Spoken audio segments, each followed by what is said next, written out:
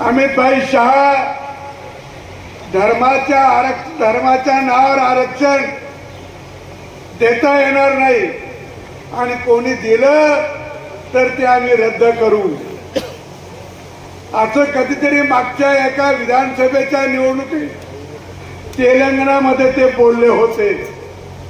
मग तेवढाच व्हिडिओ बाजूला करून तिथं ओबीसी एसटी एससीचं आरक्षण असं घातलं आणि तो व्हिडिओ व्हायरल केला। तिथले मुख्यमंत्री काँग्रेसचे मुख्यमंत्री रेड्डी नावाचे, त्या रेड्डी नावाच्या मुख्यमंत्र्याच्या मोबाईल मधून तो व्हिडिओ व्हायरल झाला। निवडणूक आयोगाने त्याची दखल घेतली आणि त्याने आता नोटीस पाठवली। दिल्लीच्या पोलीस ठाण्याने मुख्यमंत्र्यासह काँग्रेसच्या 4 कार्यकर्त्याला नोटिसा पाठवल्या हा खोटा व्हिडिओ केला म्हणून। आणि हे व्हिडिओ खोटे करतात, व्हायरल करतात। मध्ये तर सांगितलं की मग राहुल गांधींनी तर सगळ्या सभेत तेच सांगायला सुरुवात केली की भारतीय जनता पार्टी संघ हे ओबीसीचं आरक्षण रद्द करणार आहे, एसटीचं आरक्षण रद्द करणार आहे, एससीचं आरक्षण रद्द करणार आहे। राहुल गांधी रोज सांगतात, पण बंधूंनो राहुल गांधी या काँग्रेसने ओबीसीचं आरक्षण 10 वर्ष दाबून ठेवलं होतं। हे आरक्षण कधी लागू झालंय? ओपनला सुद्धा कधी लागू केलं होतं? तर त्याचं आरक्षणाचं जो आयोग नेमला होता मंडल आयोग, तो मोरारजीभाई देसाई पंतप्रधान होते, त्याने तो नेमला होता। 1978 साली मंडल आयोगाने सगळ्या राज्यात जाऊन त्याची सगळी चौकशी केली। कोणत्या कोणत्या जाती गरीब आहे, मुसलमानामधल्या सुद्धा गरीब जाती त्याच्यामध्ये घातल्या आणि आता आरक्षणाचा आवाज 2080 साली पंतप्रधान त्यावेळेला इंदिरा गांधी होत्या, राष्ट्रपती होते त्यावेळेला संजू नीलम रेड्डी यांना सादर केला। तो 80 साली सादर केला। पंतप्रधान होत्या राहुल गांधीच्या आजी 80 ला। त्यांनी तो अहवाल उघडलाच नाही, लागूच केला नाही। 84 ला त्यांची हत्या झाली। त्याच्यानंतर त्यांचे चिरंजीव राजीव गांधी माहिती केली, मला माहिती नाही, त्यांनी खुलासा करावा। तुम्ही आरक्षण दाबून ठेवताय, तुमची इच्छाच नाही। मराठा समाजाला आरक्षण मिळणार होतं महाराष्ट्रात 2004 सालापासून। मराठा समाजाच्या अनेक संघटनेने त्यावेळच्या मुख्यमंत्र्याला पत्रव्यवहार केला, मागण्या केल्या। मराठ्याला आरक्षण काही पहिल्यांदा मागितलं नाही। 1982 साली आठवा, मी तारखा सांगतोय, वर्ष सांगतोय। 1982 साली मार्च महिन्यामध्ये अण्णासाहेब पाटील मराठ्याचे नेते, तिथे त्यांचं मोठं संघटन होतं मुंबईत। अण्णासाहेब पाटलांनी मोर्चा काढला। त्यावेळेला बाबासाहेब भोसले मुख्यमंत्री होते आणि त्यांनी म्हटलं की मराठ्याला आरक्षण दिलं पाहिजे। मोर्चा काढला, त्यांनी मोर्चा जाहीर केलं होतं। जर आज निर्णय झाला नाही, आम्ही बाबासाहेब भोसलेंना भेटतोय, मुख्यमंत्र्यांना भेटतोय, काँग्रेसच्या संरक्षणमंत्र्यांना भेटतोय आणि आज जर आमचं आरक्षण जाहीर झालं नाही तर हा अण्णासाहेब उद्याचा सूर्य पाहणार नाही, अशा प्रकारची शपथ घेतली। भर मोर्चामध्ये बाबासाहेब हे अण्णासाहेब पाटील भेटले, काही उपयोग झाला नाही। त्यांनी यांचा अहवाल केराच्या टोपलीत टाकला काँग्रेसच्या मुख्यमंत्र्यांनी, काँग्रेसच्या मंत्रिमंडळाने. अण्णासाहेब पाटलाने दुसऱ्या दिवशी स्वतःच्या पिस्तुलाने स्वतःच्या डोक्यात गोळी मारून घेतली आणि जीवन संपवलं या आरक्षणासाठी. 1982 साली 82 साल. त्याच्यानंतर कोण कोण राज्यावर होतं? काँग्रेसवालेच राज्यावर होते ना. मग का नाही आठवत झाले? आता आरक्षणाची भाषा करायला लागले. माहिती केली मला माहिती नाही, त्यांनी खुलासा करावा. तुम्ही आरक्षण दाबून ठेवताय, तुमची इच्छाच नाही. मराठा समाजाला आरक्षण मिळणार होतं महाराष्ट्रात 2004 सालापासून. मराठा समाजाच्या अनेक संघटनेने त्यावेळच्या मुख्यमंत्र्याला पत्रव्यवहार केला, मागण्या केल्या. मराठ्याला आरक्षण काही पहिल्यांदा मागितलं नाही. 1982 साली 1982 साली आठवा. मी तारखा सांगतोय, वर्ष सांगतोय.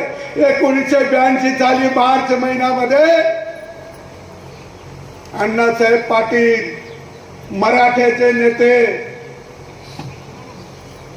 तिथे त्यांचं मोठं संघटन होतं मुंबईत. अण्णासाहेब पाटलांनी मोर्चा काढला. त्यावेळेला बाबासाहेब भोसले मुख्यमंत्री होते आणि त्यांनी म्हणलं की मराठ्याला आरक्षण दिलं पाहिजे. मोर्चा काढला. त्यांनी मोर्चा जाहीर केलं होतं. जर आज निर्णय झाला नाही, आम्ही बाबासाहेब भोसलेंना भेटतोय, मुख्यमंत्र्यांना भेटतोय, काँग्रेसच्या संरक्षणमंत्र्यांना भेटतोय आणि आज जर आमचं आरक्षण जाहीर झालं नाही तर हा अण्णासाहेब उद्याचा सूर्य पाहणार नाही, अशा प्रकारची शपथ घेतली. भर मोर्चामध्ये बाबासाहेब हे अण्णासाहेब पाटील भेटले, काही उपयोग झाला नाही. त्यांनी यांचा अहवाल केराच्या टोपलीत टाकला काँग्रेसच्या मुख्यमंत्र्यांनी, काँग्रेसच्या मंत्रिमंडळाने.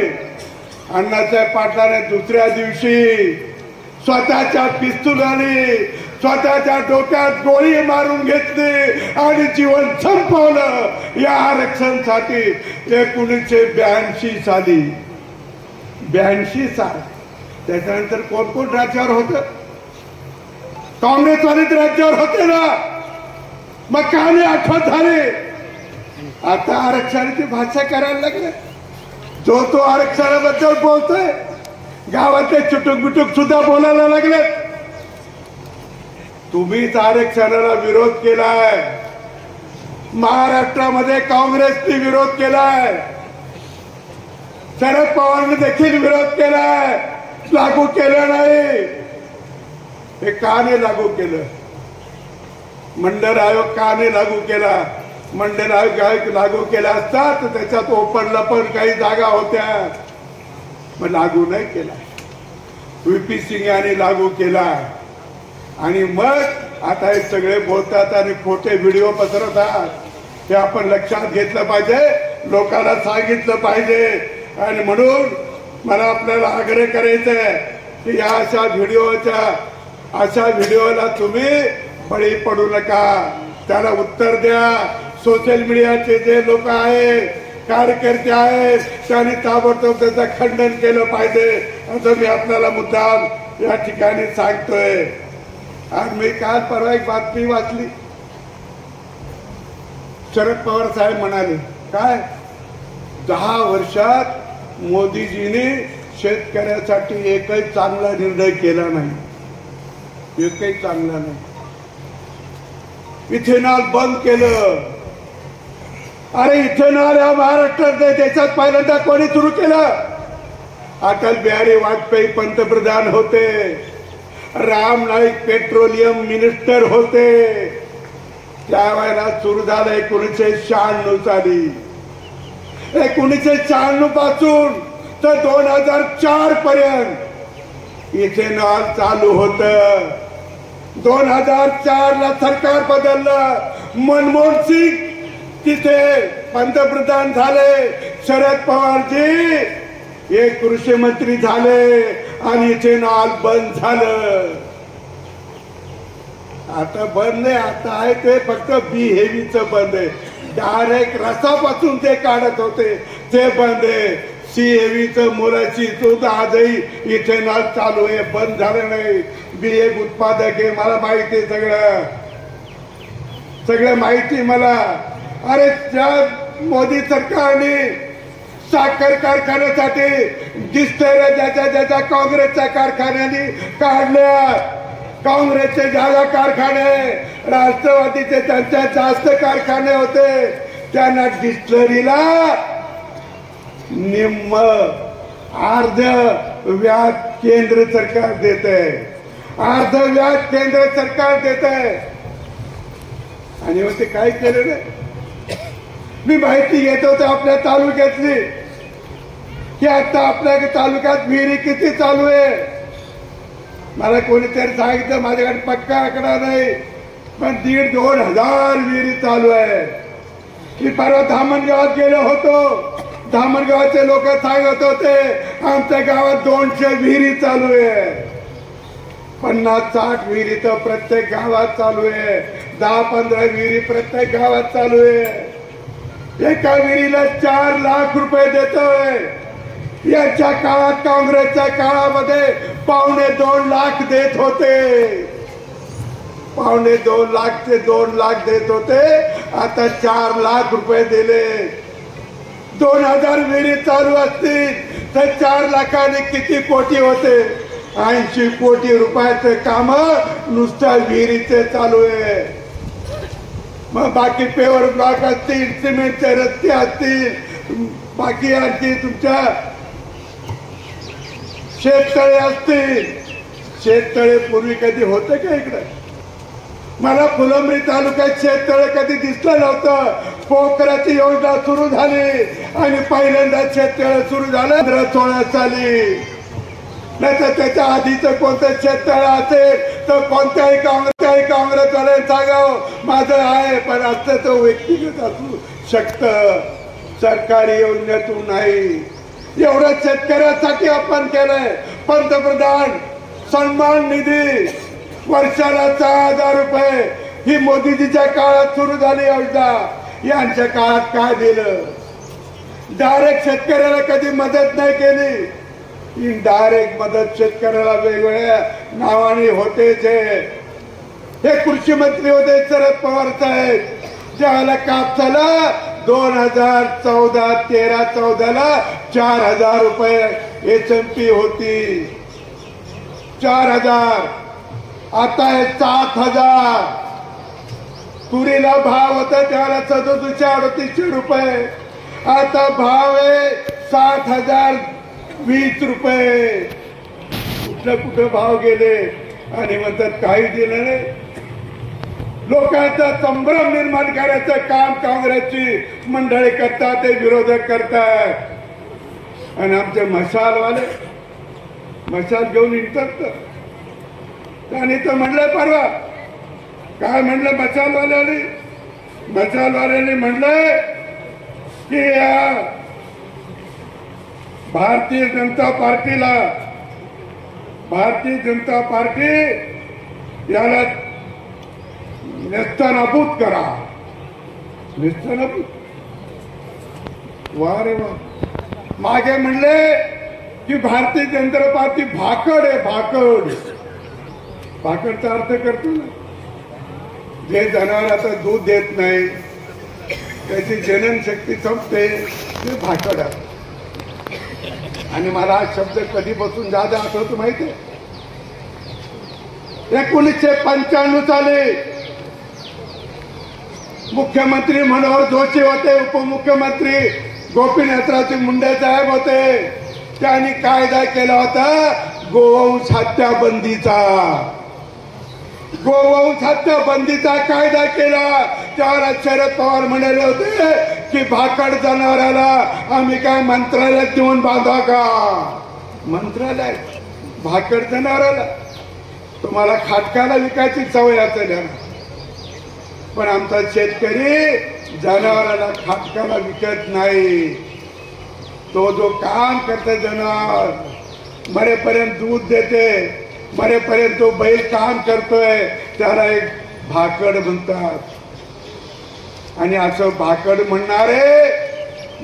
म्हणणारे जे आहे त्यांना माहित नाही भारतीय जनता पार्टीचे या देशामध्ये सर्वात ज्यादा खासदार, सर्वात ज्यादा आमदार, सर्वात ज्यादा महापौर, एवढी मोठी संख्या दुसऱ्या कुठल्याच पक्षाकडे नाही.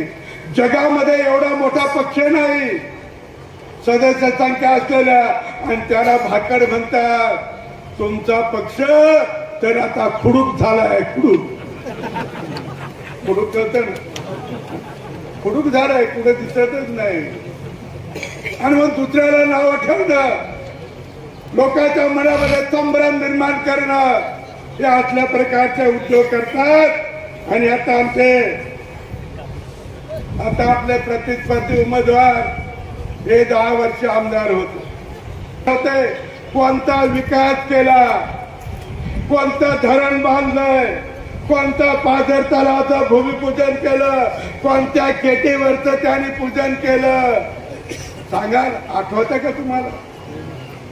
त्यानं नाही आठवत, तुम्हाला आठवलं तर सांगा. मी सांगतो कोणत्या गावात पाझर तलाव केले, मी सांगतो फुलंब्रीच्या तलावासाठी मी प्रयत्न केले, माझ्याच काळात सुरू झाला, तो पूर्ण झाला. वाकोचं धरण ते मंजूर झालं होतं 1978 साली, पण चालू झालं नव्हतं. मी 1994ला चालू केलं, रोजगार हमीवर चालू केलं, आणि 95ला मंत्री झालो. त्याला शेतकऱ्याचे त्यांच्या गावात नेऊन पैसे दिले, वाकोच्या लोकांना धरण पुरं केलं. आणि आता ते धरण मधून भरत नाही, कमी पाणी येतं त्याला. म्हणून पिंपळगाव पासून गिरजा नदीचं पुराचं पाणी त्या धरणात सोडायची योजना मंजूर केली. जवळपास 100 कोटी रुपयाची योजना मंजूर केली, आणि ते पूर्ण करून देईल. यांनी काय केलं? रस्ते, कोणते नवे रस्ते केले? अरे मोठे रस्ते काँग्रेसच्या काळात नव्हते झाले. मला आठवतं की हा तुमचा चिल्लोड संभाजीनगर रस्ता एक मार्गी होता, द्विमार्गी नव्हता. मी मंत्रिमंडळात होतो, नितीनजी गडकरी या खात्याचे मंत्री होते, त्यांच्याकडून मंजूर करून घेतला, आणि आनंद त्याचं आम्ही भूमिपूजन केलं होतं. आनंदात टिकाव मारून त्या कामाचं सुरुवात केली होती. तेव्हा तो संभाजीनगर ते जळगाव 2 पदरी झाला, आणि आता तो 4 पदरी झालाय. कोणाच्या काळात झाला? काँग्रेसच्या काळात झालाय. मग काय केलं इतके वर्ष काँग्रेसने? जरा विचारायला गाववाल्याला, गावाच्या प्रचारला येतील त्यांना विचारा, तुमच्या काँग्रेसने काय केलं? फुलंब्री तालुक्याचा विकास, एक रस्ता केला नाही. माझं आव्हान आहे, काँग्रेसचे उमेदवार आहे त्यांनी तर त्यांच्या गावामध्ये 10 वर्ष आमदार राहून पिण्याच्या पाण्याचा एक बोर पण केला नाही, एक बोर नाही केला. 2007-08 ला भारत निर्माण मध्ये पिसा देवीची योजना मंजूर झाली होती, अनेक गावात झाल्या मंजूर, तिथं झाली होती, पण तिच्या कामाला सुरुवातच झाली नाही. का नाही झाली? त्याचं एकमेव कारण आहे की ज्यावेळेला गावाची समिती करायची होती, मग गावाच्या समितीचा अध्यक्ष कोण करायचा याच्यावरून भांडण 10 वर्ष गेलं, पण एकही काम तिथं झालं नाही.